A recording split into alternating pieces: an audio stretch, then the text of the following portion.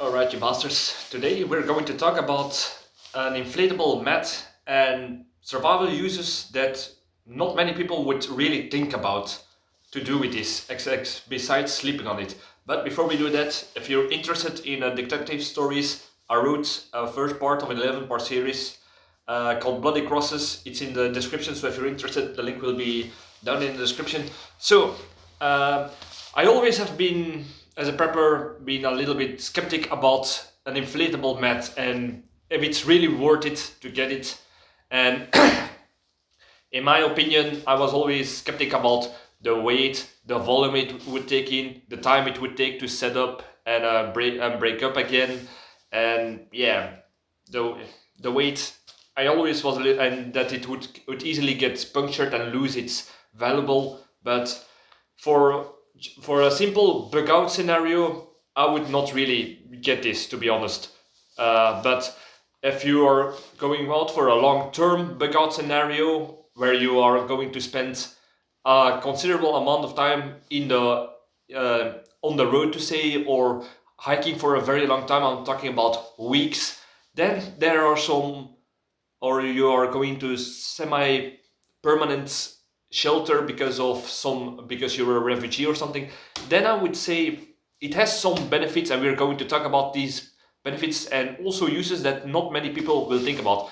Well, first of all, and also depends on what kind of sleeping mat you have, and it's more in particularly an inflatable sleeping mat I'm going to talk about today. Perhaps I'm going to talk about just a foam pad on another video, but it is an inflatable sleeping pad, and yeah, like you can see, it's really lightweight, it's small, it can be folded very easily, and it's only 450 grams. And let's see how fast you can set this thing up.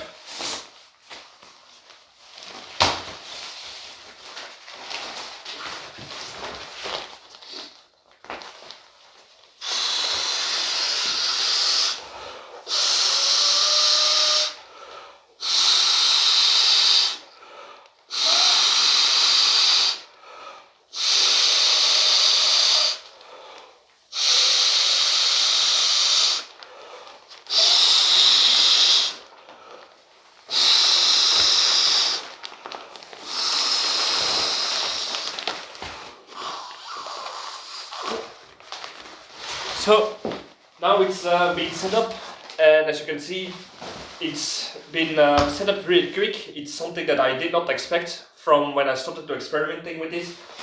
So what can you do with an inflatable pad like this?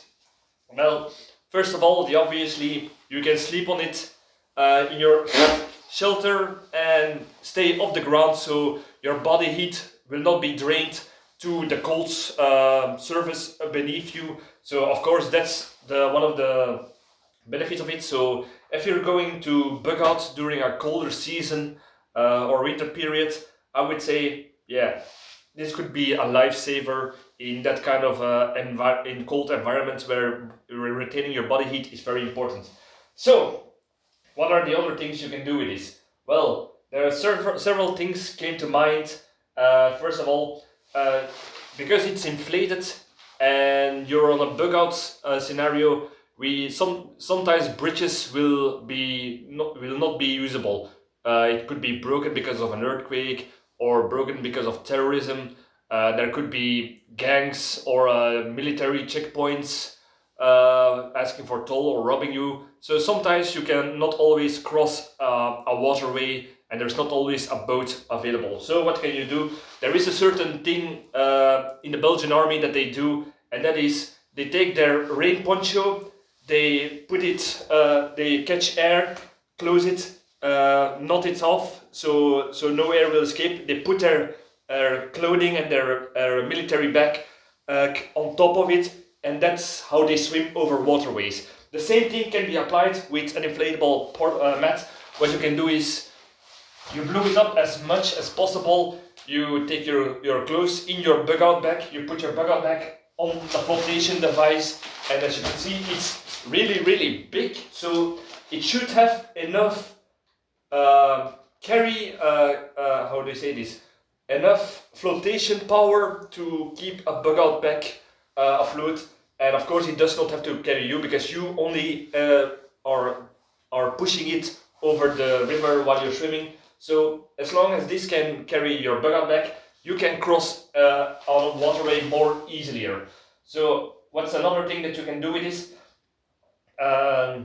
One of the things that you perhaps can do, I do not say this will be easy, but if you have a broken leg and it need to be spalked so that it's immobile, you can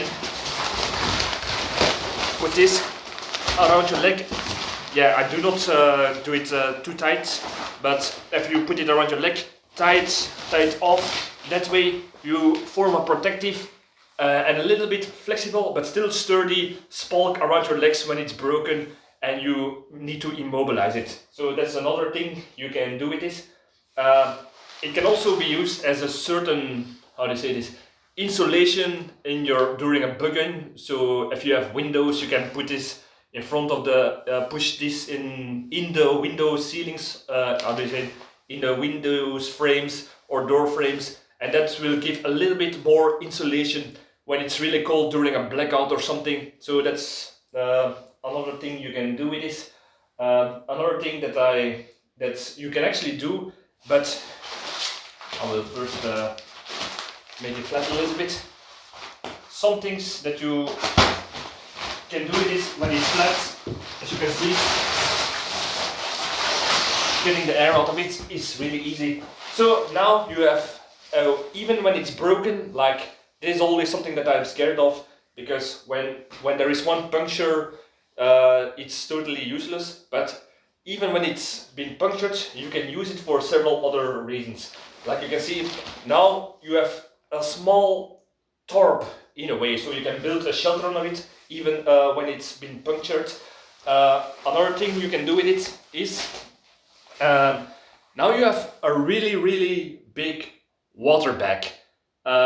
If you're going to camp for a longer period, you can fill this actually up with water, and yeah, it's of course you do not reuse it afterwards for sleeping on it. It's only when you're going to, when the benefits of having a lot of water outweighs the benefit of staying off the cold ground. So this would be more of a summer type of survival tool then.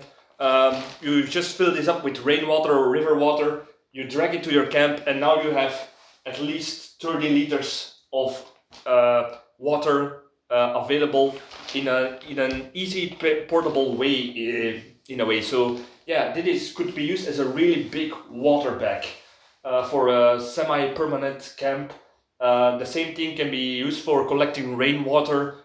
Yeah, you could collect rainwater inside of this, but you can also set it up like a tarp, and if there is rain, you can let it flow into a container by using this. So that's another thing.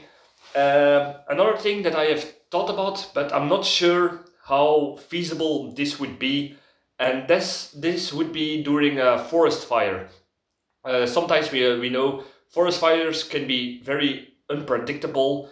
There could be smoke from a long time away, and if you are in a shelter, but the smoke can still suffocate you. So if you have no other option and you need to stay in a shelter and wait out till the fire passes through, this could be, if you blow this up before the smoke covers you and you are not able to breathe anymore, you can fill this up with air, and you can take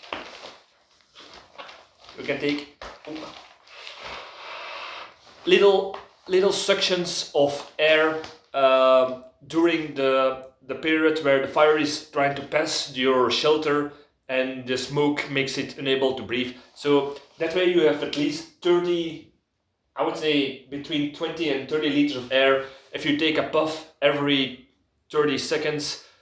That way you can buy precious 15 minutes, I would guess, till the fire passes through. So yeah, it is just a last resort measurement if you are caught within a forest fire.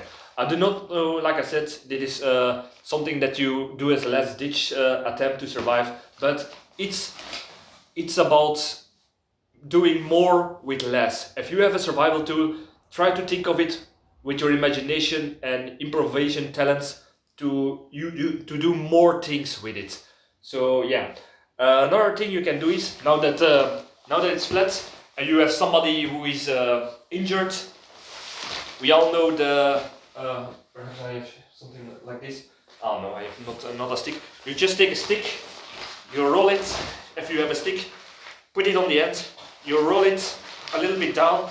Now you have something with a very good grip, and you have a wounded person that cannot move on its own or need to be transported, and you're alone, and you cannot. You do not have two persons to carry that person. You can lay it on top of the mat that is flat, and you take the other side with stick and you drag that person military style out of the danger zone or to safety in a way that is more comfortable, instead of if you have not enough power to carry that person on your shoulders like the fireman's grip. So yeah, that's another thing that you can do. As long as you have, like I said before with the spork, if you have the imagination, you can think of a purpose for it. So yeah, so I think I'm through. If anybody knows another survival use for an inflatable pad, let me know in the comments. I'm always eager to learn. Subscribe, like, all that good stuff, and thank you for watching, and see you in the next video.